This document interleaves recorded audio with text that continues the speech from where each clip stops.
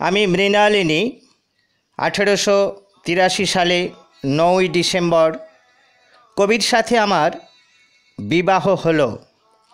আমি তখন ফুলতলির নাবালিকা ভবতারিণী, বাংলাদেশের খুলনার মেয়ে ভবতারিণী। এক হাত ঘোমটা টেনে কাঁদো কাঁদো চোখে ঠাকুর বাড়িতে ঢুকেছিলাম। বয়স ছিল মাত্র 9 বছর, আর ঠাকুরের বয়স 22 বছর।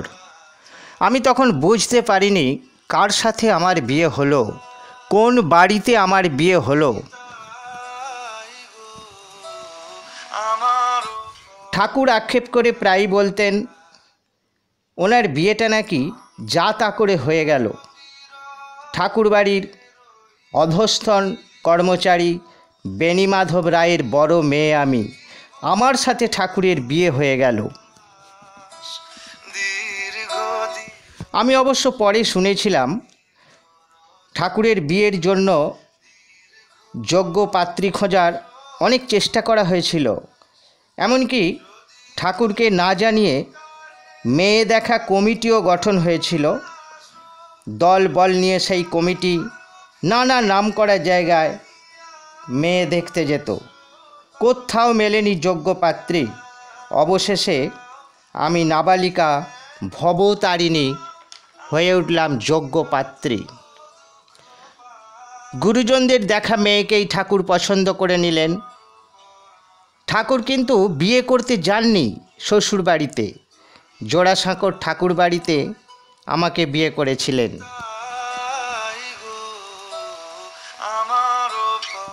বিয়ের পর ঠাকুর জানতে পারলেন আমি নাকি বড়ই অজ্ঞ বালিকা।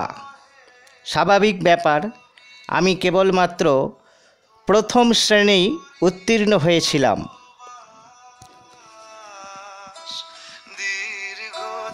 বাসর ঘরে ঠাকুর গান গেয়েছিলেন আমরি লাস্যময়ী, আমার দিকে তাকিয়ে গান করছিলেন।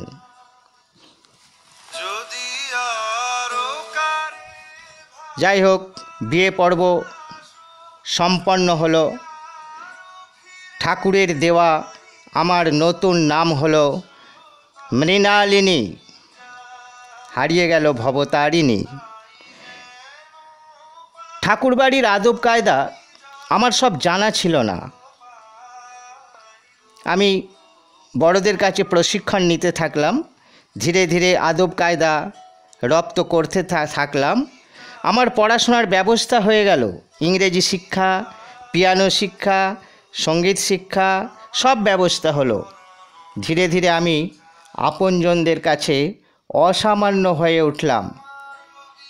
আমি ঠাকুরের নির্দেশে লেখালেখিও শুরু করে দিলাম। তবে তা পৃথিবীতে আলোড়ন সৃষ্টি করতে পারেনি। ঠাকুর পরিবারে সুখ্যাতি অর্জন করেছিল বটে।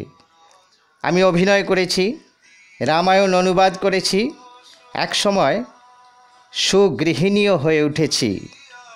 রান্নাবান্না, সাংসারিক কাজকর্ম ছিল আমার প্রিয় বিষয়। রান্নার কাজে দক্ষতা অর্জন করেছিলাম। ঠাকুর প্রশংসায় পঞ্চমুখ হয়ে যেতেন। ঠাকুর বড় খাদ্যরসিক ছিলেন। নতুন নতুন রেসিপি জোগাড় করে আনতেন, আর আমি তা প্র্যাকটিক্যাল করতাম। ঠাকুরকে আত্মীয় স্বজনদের সেই অভিনব রান্নাবান্না পরিবেশন করতাম।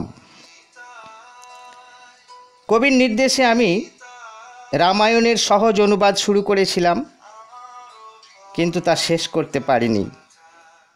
কবির পাশে সর্বদা থাকার চেষ্টা করেছি। কবির সাথে শান্তিনিকেতন গেছি। আমার সমস্ত গয়না আমি কবির হাতে তুলে দিয়েছিলাম শান্তিনিকেতনের কাজের জন্য।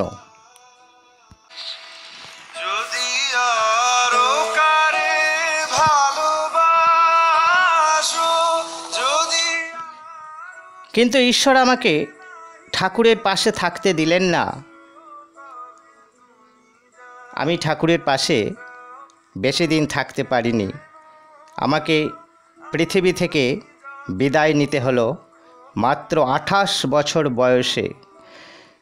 আমার প্রিয়তম ঠাকুর দ্বিতীয় বিবাহ আর করেননি। আমি মৃত্যুকালে রেখে গেলাম আমার 5 সন্তানের মধ্যে 1 পুত্র ও 2 কন্যা।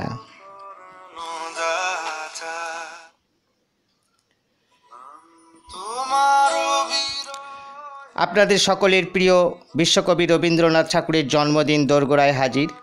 25শে বৈশাখ কবিকে প্রণাম জানাবেন।